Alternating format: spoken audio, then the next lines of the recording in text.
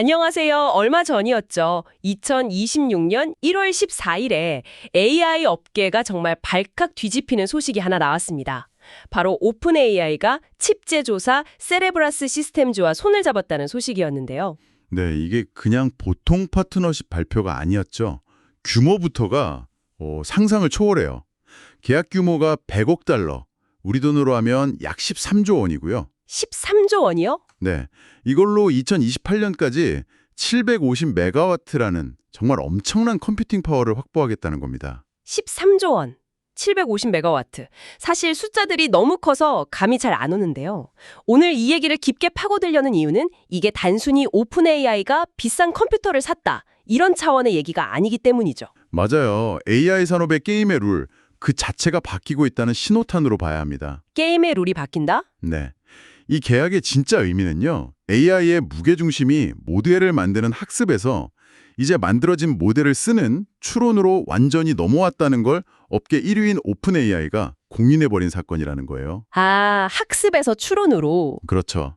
지난 10년간 엔비디아가 정말 꽉 잡고 있던 이 시장에 오픈 AI가 왜 이런 거대한 베팅을 했는지 그 배경에 있는 기술적, 경제적, 그리고 지정학적 맥락까지 한번 제대로 파헤쳐보겠습니다. 좋습니다. 그럼 먼저 파트너십 구조부터 좀 짚어보죠. 750메가와트, 이 전력량이 도대체 어느 정도 규모인지 좀 쉽게 설명해 주실 수 있을까요? 쉽게 말하면요. 소형 원자력 발전소 하나가 생산하는 전력이랑 맞먹는다고 보시면 돼요. 원자료 하나요. 네, 약 60만 가구가 동시에 쓸 수 있는 그런 양이죠. 보통 요즘 짓는 큰 데이터 센터 하나가 한 30에서 50메가와트 정도거든요. 아, 그 정도군요. 그러니까 그런 데이터 센터를 한 15개에서 25개를 그냥 통째로 오픈 AI의 추론 서비스만을 위해서 돌리겠다. 이런 의미입니다. 데이터 센터 20개를 통째로 쓴다니 정말 어마어마하네요. 근데 계약 방식도 좀 특이해요. 오픈 AI가 장비를 직접 사는 게 아니라면서요? 네, 바로 그 점이 아주 중요합니다. 이걸 기업 용어로는 캐펙스 대신 오펙스로 처리한다고 하는데 어렵네요. 좀 더 쉽게 비유하자면요?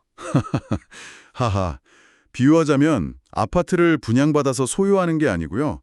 잘 꾸며진 아파트를 장기간 빌려서 월세 내고 쓰는 거랑 비슷해요.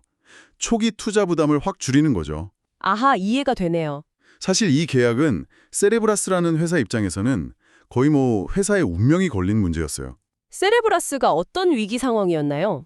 2024년까지만 해도 세레브라스는 매출의 거의 90%를 G42라는 아랍에미리트 회사 하나에 의존하고 있었거든요. G42요? 아, 그 논란이 많았던. 네, 맞아요. 그 G42가 중국 화웨이랑 좀 연관이 있다는 의혹이 나오면서 미국 정부의 감시를 받게 된 거죠. 자국의 첨단 기술이 중국으로 넘어갈까 봐 우려했던 거군요. 그렇죠.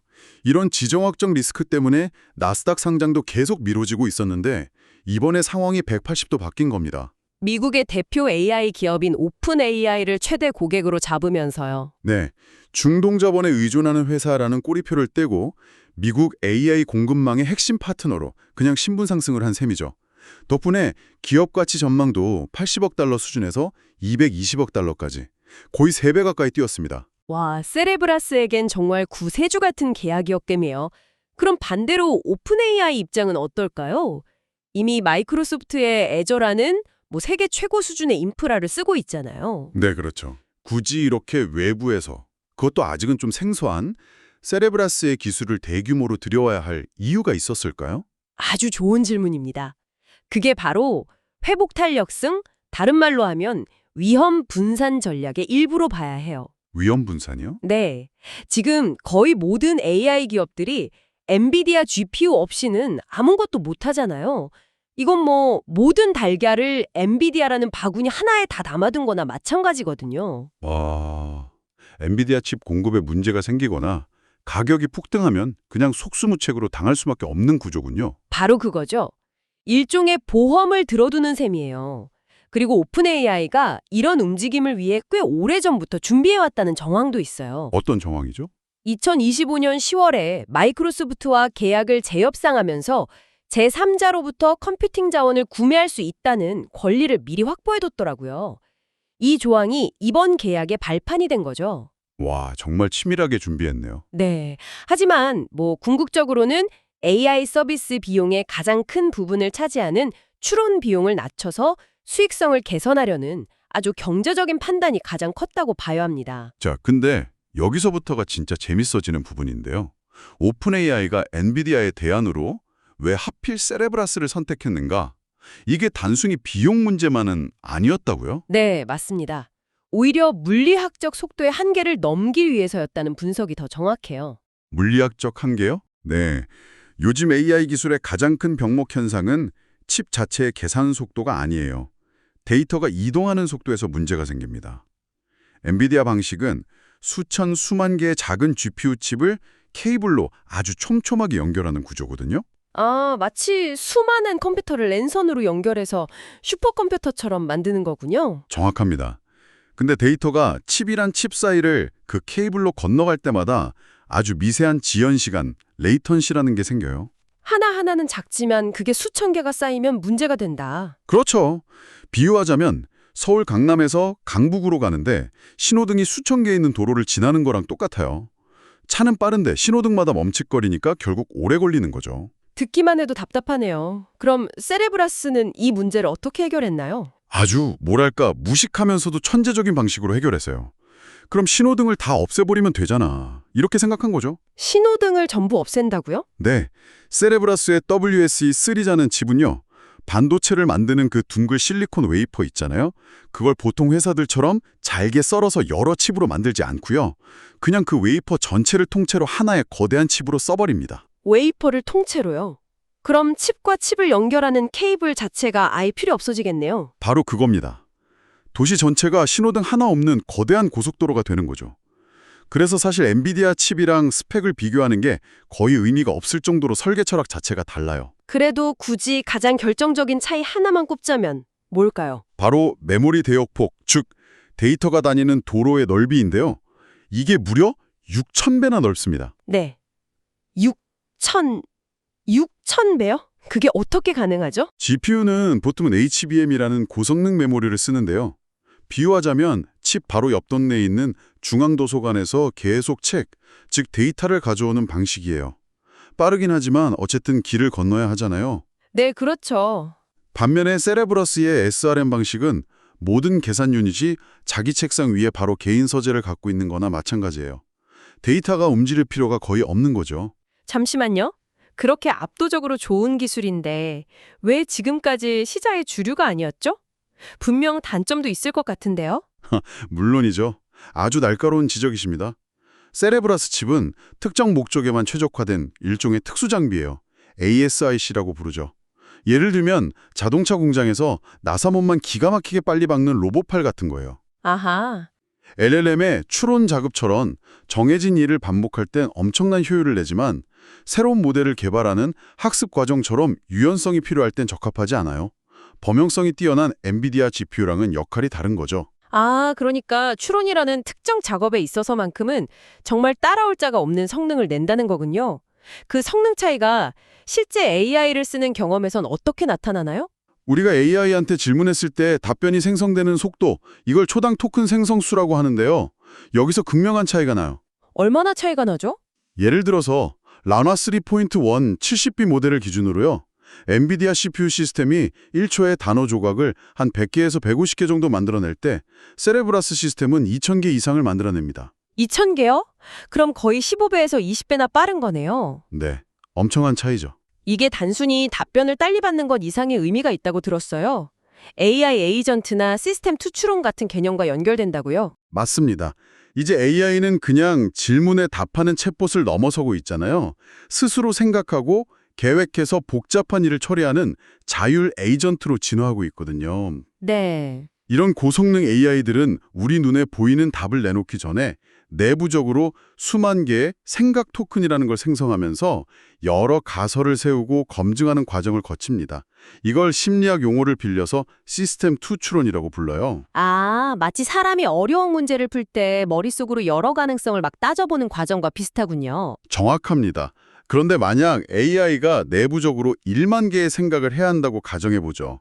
초당 100토큰을 처리하는 기존 GPU 시스템에서는 이 과정에 100초, 즉 1분 40초가 걸려요. 1분 40초요. 네, 사용자는 답을 얻으려고 하염없이 기다려야 하는 거죠. 사실상 쓸 수가 없는 기술이에요. 그렇죠. 못 쓰죠. 하지만 초당 2,500 토큰을 처리하는 세레브라스 시스템에선 이 모든 과정이 단 4초 만에 끝납니다. 1분 40초와 4초라. 이건 뭐 그냥 속도의 차이가 아니라 가능과 불가능의 차이네요. 바로 그 지점입니다.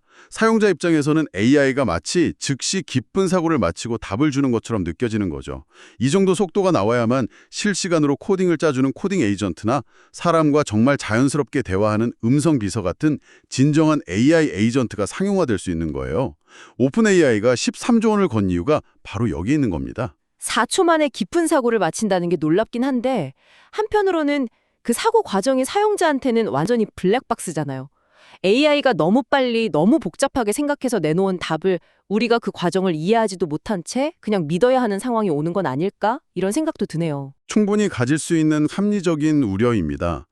AI의 설명 가능성, XAI 문제는 앞으로 훨씬 더 중요해질 거고요. 다만 현재 산업의 초점은 일단 기술적 가능성을 극한까지 밀어붙이는 데 맞춰져 있어요. 이 정도 속도가 나와야 비로소 상상만 하던 서비스들을 현실로 만들 수 있으니까요. 알겠습니다. 이런 괴물 같은 칩을 수만 개씩 돌리려면 정말 엄청난 전기랑 공간이 필요할 텐데 이 AI 공장은 대체 어디에 짓는 건가요? 네, 그 입지 선정에도 아주 치밀한 전략이 숨어 있습니다. 일부러 북버지니아나 실리콘밸리 같은 기존의 데이터 센터 허브는 피했어요. 대신 전력이 풍부하고 저렴한 티어2 지역을 공략했죠. 티어2 지역이요? 구체적으로 어디인가요? 핵심 거점은 두 곳인데요. 하나는 미국 중부의 오클라호마, 다른 하나는 캐나다의 몬트리올입니다. 오클라호마와 몬트리올이요? 왜 하필 거기였을까요? 오클라호마는 미국 내에서도 풍력 발전 비중이 아주 높아서 친환경 에너지를 쓰기 좋고 산업용 전기 요금이 무척 저렴해요. 그리고 몬트리올은 수력 발전이 워낙 풍부해서 탄소 중립에 유리하고요. 또 날씨가 서늘해서 데이터 센터의 가장 큰 골칫거리인 열을 식히는 데 드는 비용을 크게 아낄 수 있죠. 아, 단순히 땅값이 싼 곳이 아니라 에너지 포트폴리오까지 다 고려한 최적의 장소를 찾았군요. 심지어 전력망 차익 거래라는 전략까지 쓸 수 있습니다. AI 추론 작업은 학습과 달라서 필요에 따라 작업량을 조절할 수 있거든요. 그래서 전기요금이 싼 심야 시간대에 작업을 몰아서 처리하는 식으로 에너지 효율을 극대화할 수 있는 거죠. 자, 그래서 가장 중요한 질문입니다. 이렇게까지 했을 때 결국 비용은 얼마나 절감되는 건가요? 이제 AI 비즈니스의 승패는 토큰당 추론 비용을 누가 더 낮추느냐의 싸움이 됐다고 하던데요. 정확합니다. 여러 분석을 종합해보면 세레브라스 시스템은 엔비디아의 최신 칩인 블랙웰 클러스터랑 비교했을 때 똑같은 양의 추론 작업을 처리하는데 드는 총소요 비용, TCO가 약 32% 정도 낮다고 해요. 32%요? 네, 장비값, 전기요금, 공간 비용 이걸 전부 다 합친 결과죠. 32%라는 숫자가 엄청나긴 한데 이게 정말 엔비디아의 아성을 무너뜨릴 만큼 결정적인 차이일까요?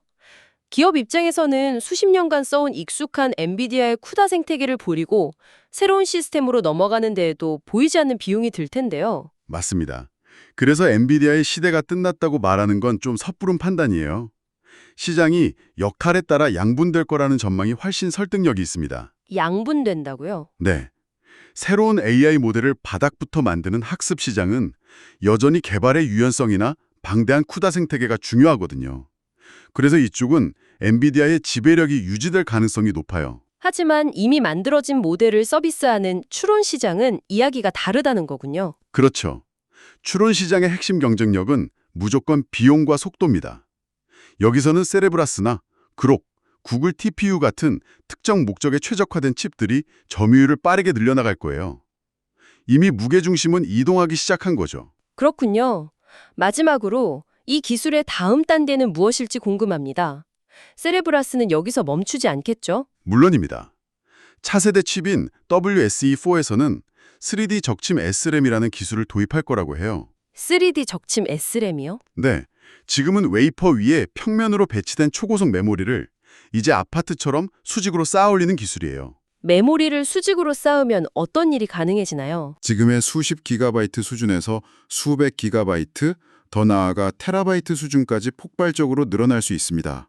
그렇게 되면 GPT-5 같은 초거대 모델 전체를 칩 하나에 그냥 통째로 올리는 게 가능해져요. 모델을 쪼개서 담을 필요가 없어진다? 네. 데이터 이동에 따른 병목 현상을 아예 원천적으로 제거해서 추론 속도를 또 한번 퀀텀 점프시키는 그런 혁신이 될 겁니다. 오늘 이야기를 종합해보면 오픈 AI와 세레브라스의 이 파트너십은 단순한 빅딜을 넘어서는 것 같네요. AI 산업이 연구실 단계를 지나서 대량 생산의 공장 단계로 본격 진입했다. 이런 선언처럼 들립니다. 정확한 요약입니다. 이제 AI 경쟁의 본질은 누가 더 똑똑한 모델을 만드냐는 연구개발 경쟁을 넘어서 누가 더 빠르고 저렴하게 지능을 생산하고 배포하느냐는 제조업의 효율성 경쟁으로 바뀌었어요. 아, 제조업의 효율성. 네. 세레브라스에게 이번 계약은 그들의 기술력을 마침내 인정받은 졸업장 같은 거고요. 오픈 AI에게는 엔비디아라는 단일 공급망의 위험에서 벗어나는 독립선언과도 같죠. 앞으로 오클라호마와 몬트리올에 지어질 이 거대한 지능 공장이 앞으로 우리가 AI와 상호작용하는 방식을 근본적으로 바꿔놓게 될 겁니다.